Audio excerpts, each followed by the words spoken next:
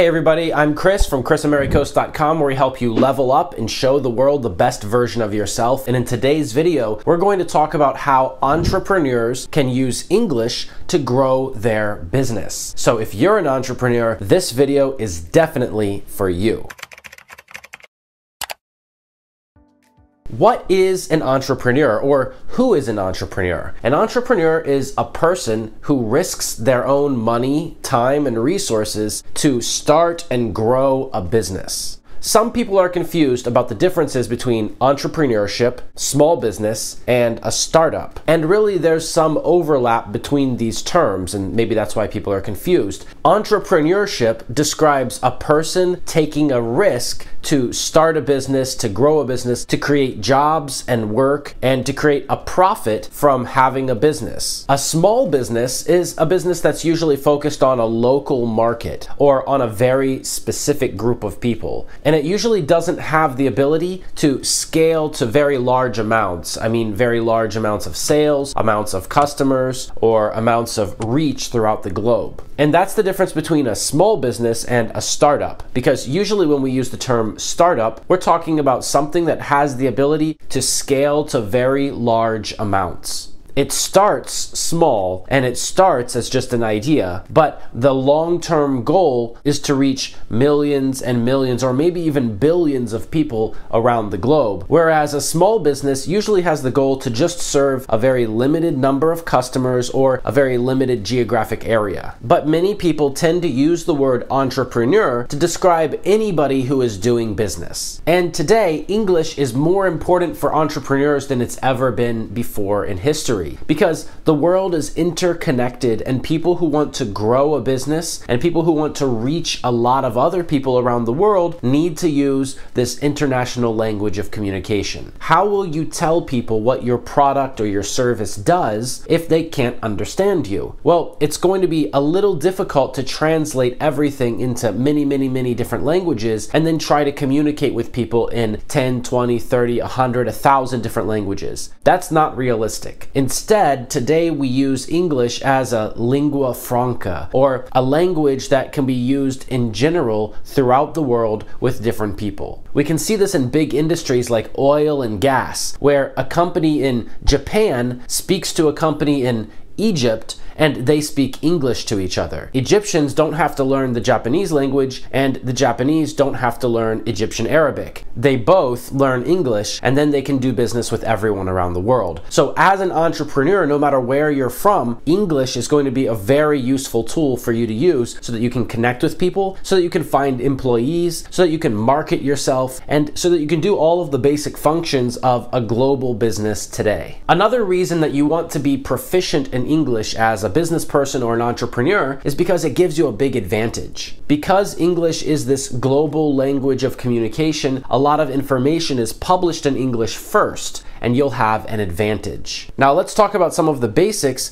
of using English to start, build, and grow your business. First of all, you need to learn common phrases and vocabulary. For example, when you call someone on the phone and they say, "Hold on," that means wait. Or when someone sends you an email and at the end of the email it says, "I look forward to hearing from you soon." What does that mean? It means that they want to hear from you soon. It means that they are excited, they're happy that you will contact them again very soon. There are courses and books and teachers that help you learn business English, and that's a special area within the English language that you can focus on. But a lot of people who study business English make the mistake of only studying business English. They think that it's completely separate from general English. That's a mistake. Typically, when someone comes to me and they say that they want to learn business English, the first thing I do is I test their general English skills. Because about 90% of business English is general English. So many people don't understand that or don't think about that, and they go to learn business English and they think that it's going to be completely different from general English. That's not true. In fact, sometimes companies come to me and they say, "Chris, we want you to create a business English program specifically about our industry, about our type of business." And I say, "Sure, I can do that." And then when I go and create the program, about 80 to 90% of this program still needs to be general English, because there are basics that everyone needs to know, and all of those basics still apply to business English. Sure, business English has some special vocabulary, special terminology, and some special phrases, but for the most part, general English is what we use when we're putting sentences together, when we're using grammar and spelling, and all of those rules are the same in business English. So it's not like the language completely changes, it's just that we're learning a small aspect of the language. But a lot of business English courses and teachers focus on some specific areas of using English in business, because those tend to be the most important, or the ones that companies focus on. For example, using English in emails and in phone conversations. Those are two really important areas because this is about business communication. How do you communicate with clients of the company, and how do you communicate inside of the company? The internal communication between colleagues or between departments can be really important, and sometimes, especially in a global organization, you have people from different countries working together and they need to speak English. An NGO is a non-governmental organization, and a lot of these organizations are structured very similarly. They have a lot of people from one country doing the basic work that has to be done in those countries. There are some tasks, some activities, some plans that need to be executed and need to be completed. And then after that, they have a team leader who's organizing all of those people, and typically the team leader is also from that country. Then there are some higher level people who work together with all of the different teams, and these people might be from that country, but they might also be from another country. And then above that, there's a country representative, and the country representative is responsible for all of the activities of that organization within that country and completing certain strategic objectives of the company or of the business. Yes, a non-governmental organization might have very charitable goals. They might be doing something very good for society and for the world, but it's still a business. So they still have to be responsible for money coming in, money being spent, and goals being achieved. This requires great organizational skills, but it also requires great communication skills. And the language of communication in almost all of these organizations is English.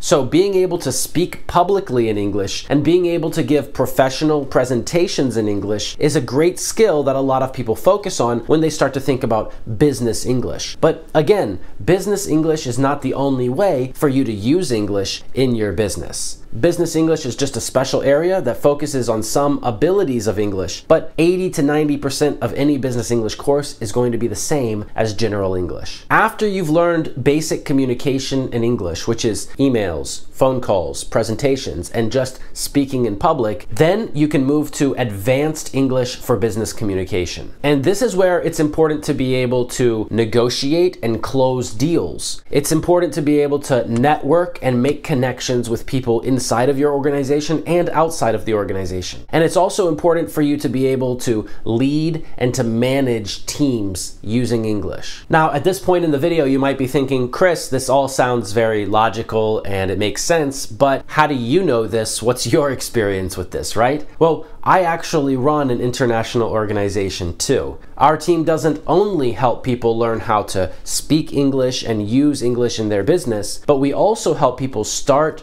set up, and grow their business. And we also help people market their business in English. A lot of people around the world in different countries want to enter the US market, the Canadian market, the UK market, the Australian market. They want to enter the English-speaking markets because customers in these markets tend to have more money to spend on the types of services that they're offering. And that makes it very important for them to know how to negotiate and how to close a deal in English. Both parties, both of the people who are agreeing to something, they need to understand the terms of the agreement. If you enter an agreement and you're not clear on the terms, then there's going to be a problem. There might not be a problem in the first day or the first week, but after some time, people are going to have disagreements about what they're supposed to do. So you need to have a clear agreement when you close deals with people, whether that's B2B, working with other businesses, or B2C, working with customers directly. And you need to be able to find more deals by networking and making connections with people. And then you need to be able to execute on the agreements that you've made. And you can't do that alone. You need a team. So you need to be able to manage and lead your team. And if you have an international organization with people from different countries who speak different languages, then English is going to be a very useful tool for leading and managing. So I think it's clear why English is important for communication in business, but another thing that a lot of people forget about is how you use English in marketing.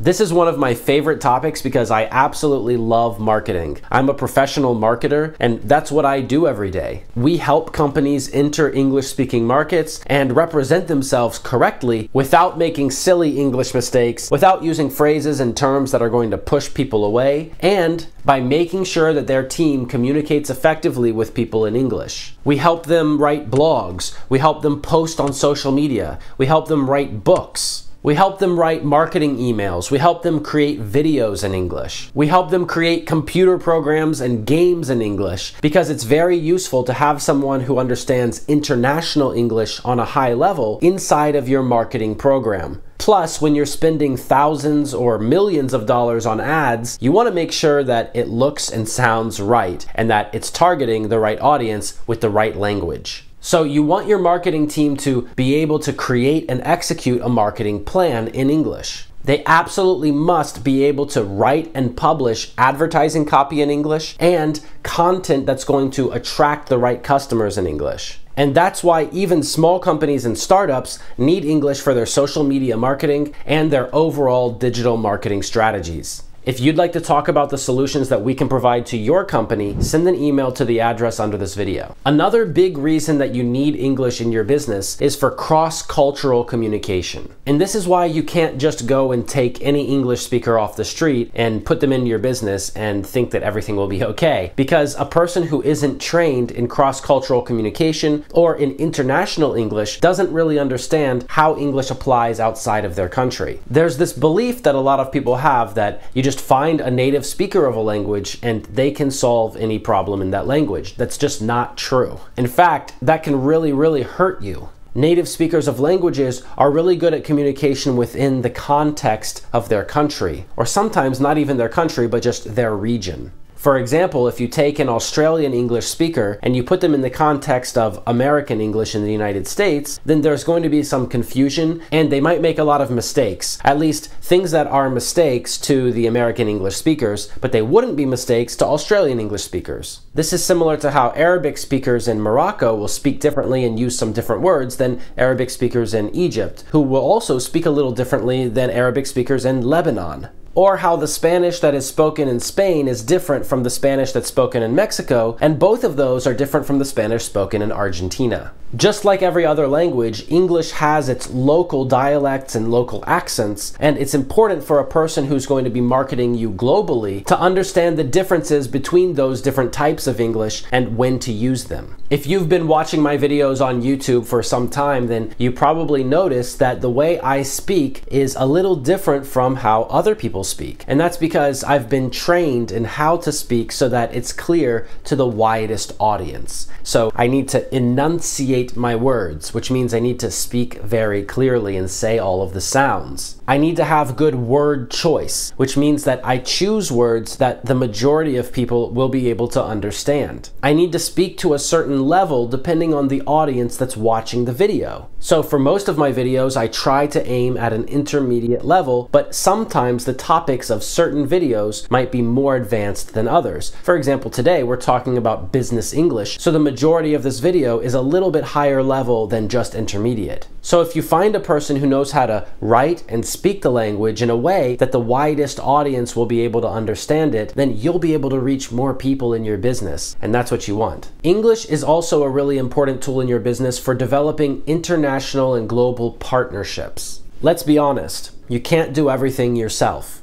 you need to work with other people. And sometimes you're not just hiring people and putting them into your team. Sometimes you need to find another organization and work together with them. Just like our company works together with many different companies in many different countries around the world. This means you also need to be sensitive to different cultures around the world. For example, there are some topics in some places that are very taboo. You should never talk about them. When I was in Russia, people told me that the topic of death was very taboo. You rarely talk about it and you never joke about it. But when I was in Mexico, people told me that making jokes about death is a way that they honor and respect the people who have died. In fact, they have a holiday called Day of the Dead. And on this holiday, sometimes children write funny stories about how their teacher or their friends die. So the cultural difference between Mexico and Russia is really big on this topic. You can imagine how important it is for your global marketing team to know that. They could run an advertisement or a marketing campaign that does very well in Mexico and then makes them look very bad in Russia. And that's just one of thousands and thousands of examples. Cultural awareness is very important. And because you're communicating your ideas in English, you need to understand how that audience is going to perceive the words and phrases that you're using to talk about yourself and what your product does. As our technology gets better and better, you might be thinking that English is becoming less and less important in the business world, but that's not true. English is just a tool. It's just an instrument that we use to achieve the goals that we've set for ourselves. We can use other languages. Other languages are also just a tool or an instrument. You can use French, Spanish, German, Russian, Chinese, or any other language in the world to reach specific groups of people.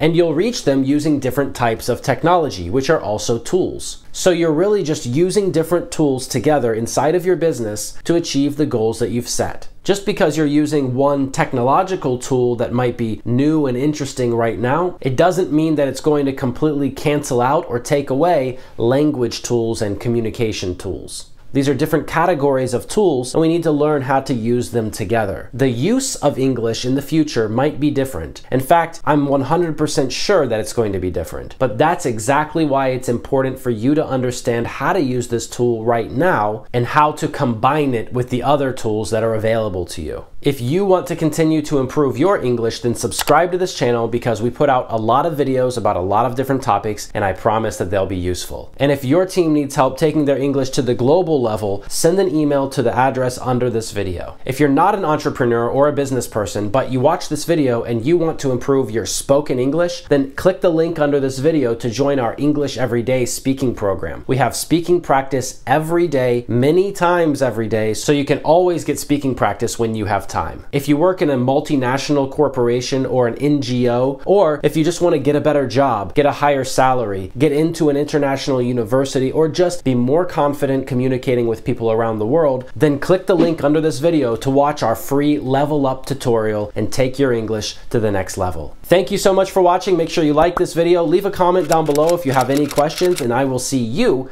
in the next one. Bye bye.